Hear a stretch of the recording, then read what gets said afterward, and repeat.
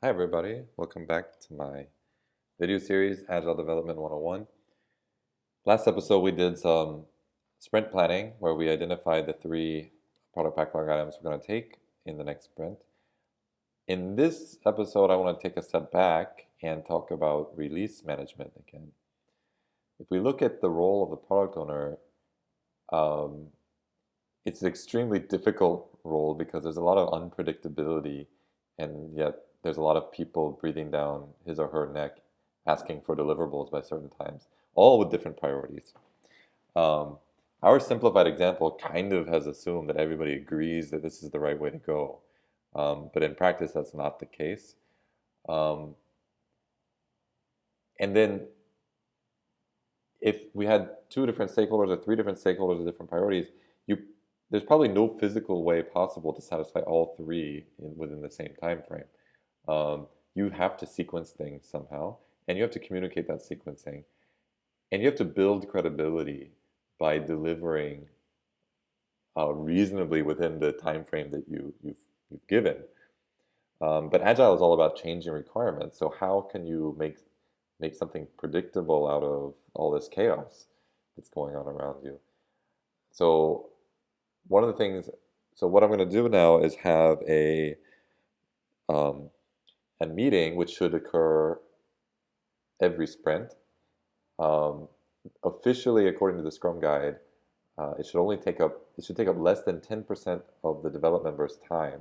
It's a meeting called by the product owner, and the purpose of the meeting is to is well, the meeting is called product backlog refinement or backlog grooming.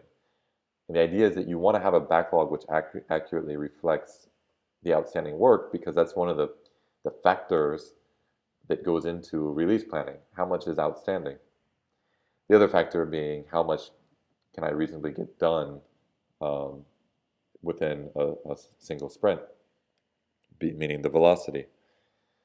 So let's say I have some stakeholders and they want to know, I want my shipment MVP because I'm the I'm the CFO and I'm very interested in this accounting and giving my input into the accounting. So when are you going to be done with this shipment MVP so that we can start doing my work? Um, and there may be another person who is very interested in legacy integration. When is my legacy integration going to come? Why can't it be done before accounting? Why can't it be done before shipment?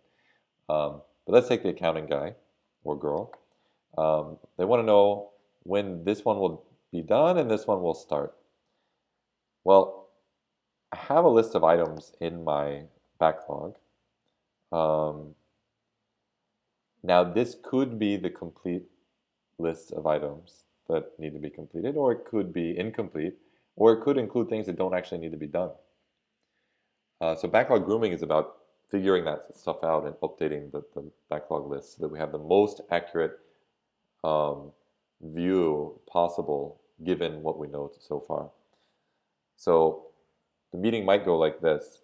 All right, development team, let's look through this list and see if we can identify anything else that really needs to get done in order to have a functional um, shipment MVP.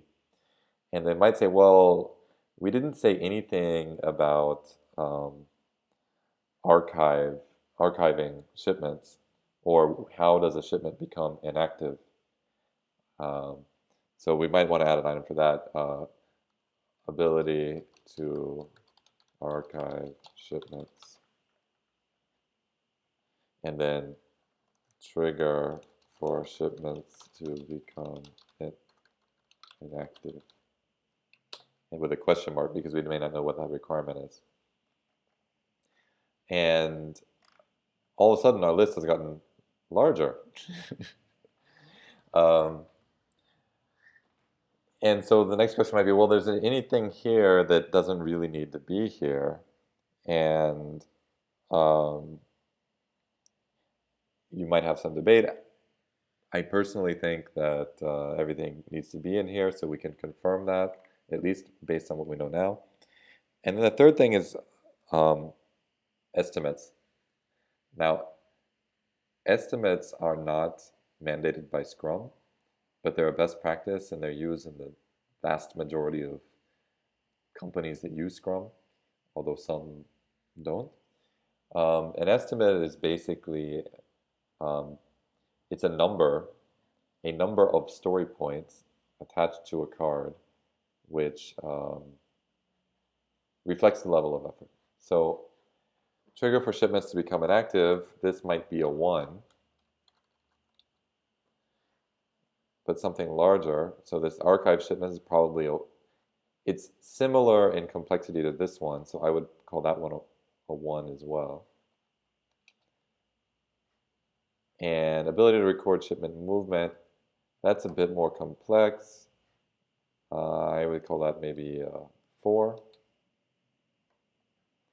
Reflect shipment status, I would call that a 2. Ability to bring quotation information into a shipment, I would call that a 2.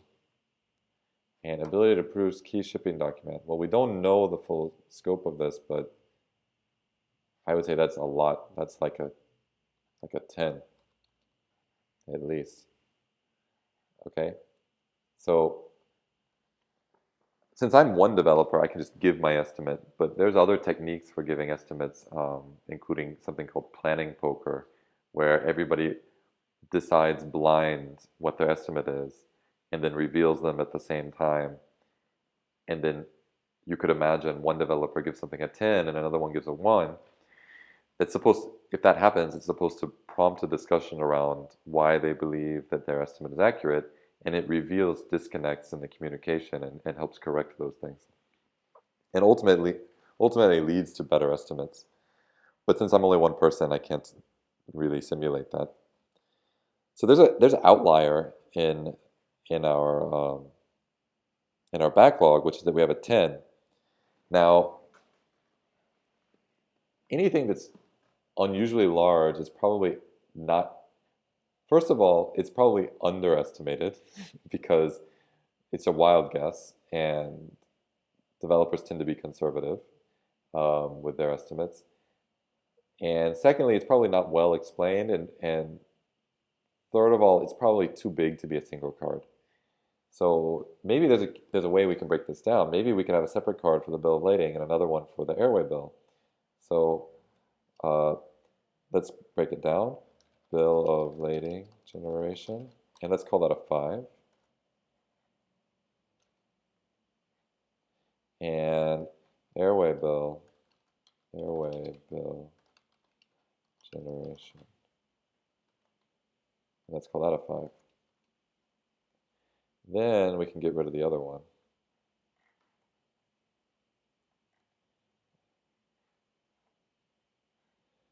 Okay, and now we have a bit more granular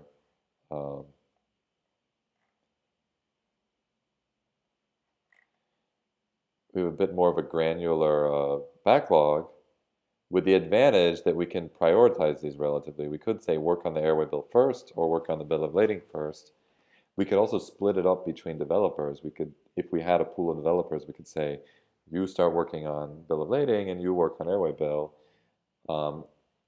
The more granular the task list is, or the product backlog is, the better sort of resource planning we can do. So what about this question, when are we going to be done? Well, we still haven't answered that. Let's put estimates on what we're currently working on.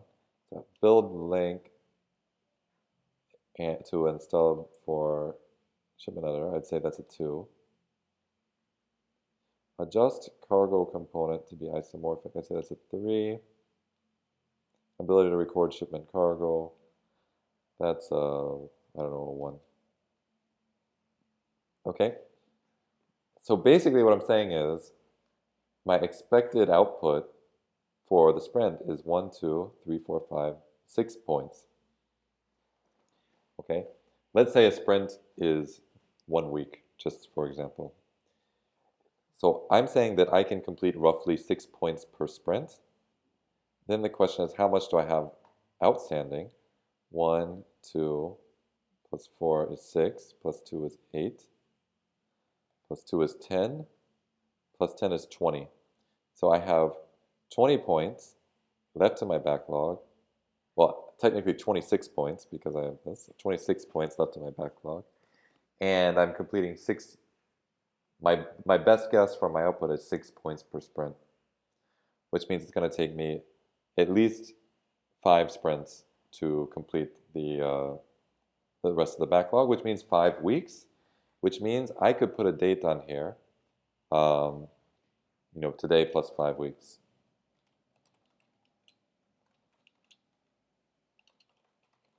Now, that is assuming that I believe that this is a complete list of work, and it may be that experience has told me that I tend to find more work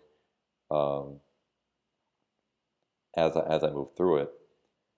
And there's two ways to approach that. One is to be super aggressive about cutting scope, and the other is to build slack into my plan and say instead of 5 weeks, I'm going to say 7 weeks, and I might add a slack card in here to represent these unknown requirements that are going to creep in. But either way, if I give a number to my stakeholder, I'm going to be held accountable at some point, or I'm likely to be held accountable at some point. So the more confident I can feel about it, the better chance I have of looking good, or at least not looking bad when week 7 rolls around, whatever it is I've promised. So as you can see, this is not an exact science at all.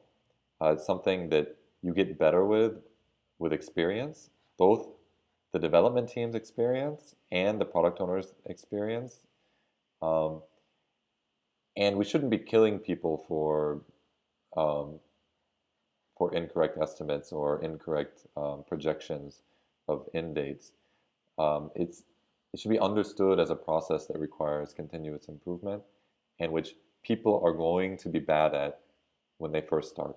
They're going to be bad, but assuming they actively work on it, they should get better until eventually we have quite accurate time estimates, which lead to quite accurate release estimates and an ability to promise things to people like the CEO or to customers. So I hope you found this informative and educational as it relates to release planning. Thanks for watching, and see you next time.